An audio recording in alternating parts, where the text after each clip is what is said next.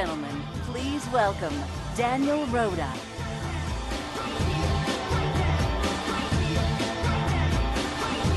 Wow. Thank you. Thank you. Wow.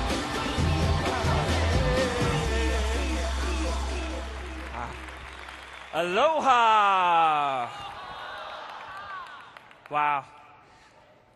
I was listening to the poignant words of our incredible CEO, mentor, and my longtime friend, Bill Farley, and something dawned on me about IEs. You may have thought that you could keep this from me, but this is what I figured out. Zrii IEs have superhero powers that allow you to spontaneously replicate and multiply. Seriously. I mean, how else do we explain this?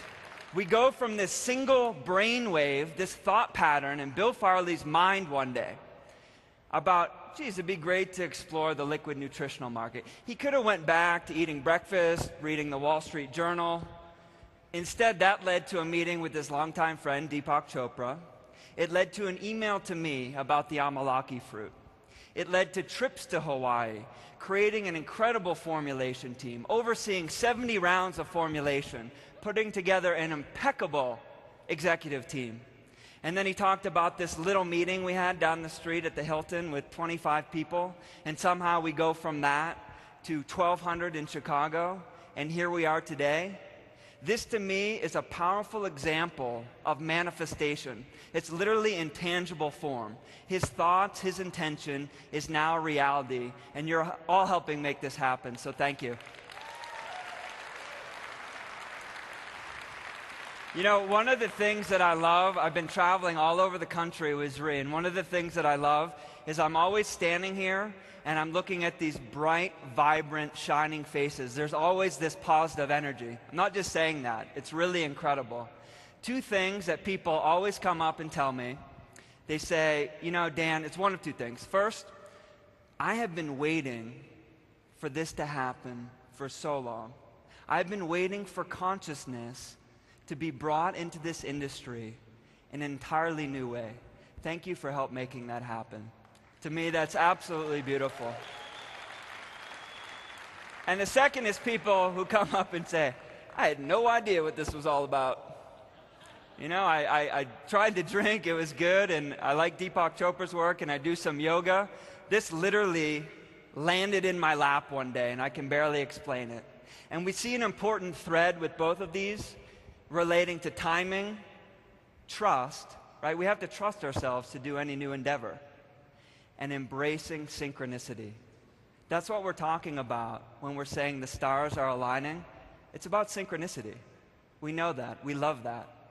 So anyway, I was reflecting upon what I would speak about today. I asked the executives, you know, what do you want me to talk about? Because I know that we're doing some extensive product breakout sessions. And they said, Dan, why don't you talk just a little bit more about how this all came into being for you? And I was thinking, you know, I was like, at this ripe age of 31, what do I really have, you know, to tell these people for this incredible event? And I was thinking about it, and I'm from the state of Maine, my beloved state of Maine, which of course is, yeah, give it up for Maine. We love Maine. Of course, it's very sparsely populated and densely wooded, okay? And there's a joke in Maine. You could be down in the southeast part where all the lobstermen and fishermen are, and maybe I'm in a car and I pull over and say, excuse me, sir, how do I get up to the north, up to, say, Holton, Maine? And it's an old crotchety fisherman.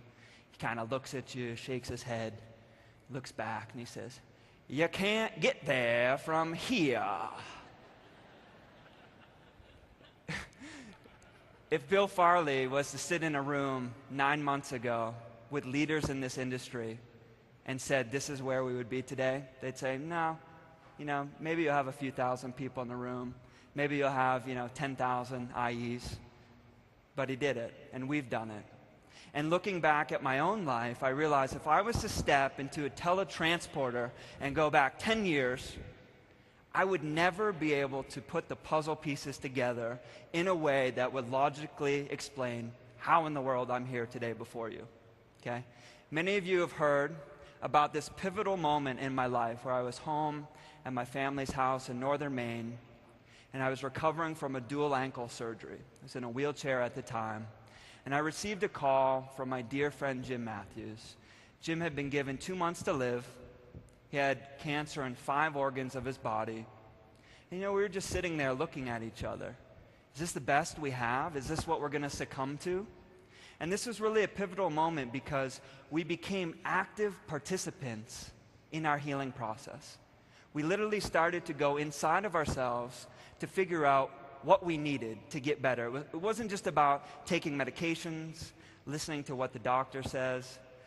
So it was an incredible moment. Before I go any further, so many of you in so many cities always come up to me and say, "But how's your friend Jim doing? Is he still with us?"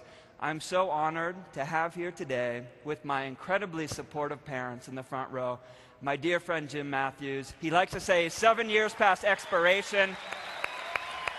Can you stand, Jim? Thank you. This man has been an incredible inspiration in my own journey, and I would not be here today without his love and support. So it's wonderful that he's here. So people always say, "So what, were you and Jim just buddies from home? Like, what's the connection? How do you know each other?" Like so many things, there's a little bit of a backstory to this one. And back when I wanted to rule the business world and be the next kind of tycoon like Bill Farley, I figured what better place to go do a business and finance internship than a theme park in Orlando, Florida, run by a very economical mouse. Okay? Figured what better place? Jim was in upper management there. He's an incredible businessman, and he became a mentor. However, a couple late nights with some friends and a few bets gone awry, I ended up in a slightly different vocation. Before I go any further, I'm going to have all of you make a silent agreement. Dan, when I see you in the hallway today or whenever, I'm not going to call you names. I'm not going to make fun of you. I'm sure you're wondering, what, did you have to dress up as Mickey Mouse or Goofy? Not quite Goofy, but I did have a pet monkey and ride a magic carpet.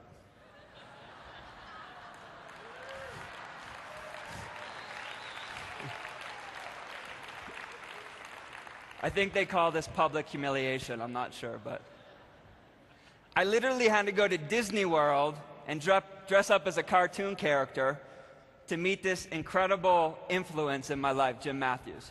Couldn't have scripted that one, right? No way.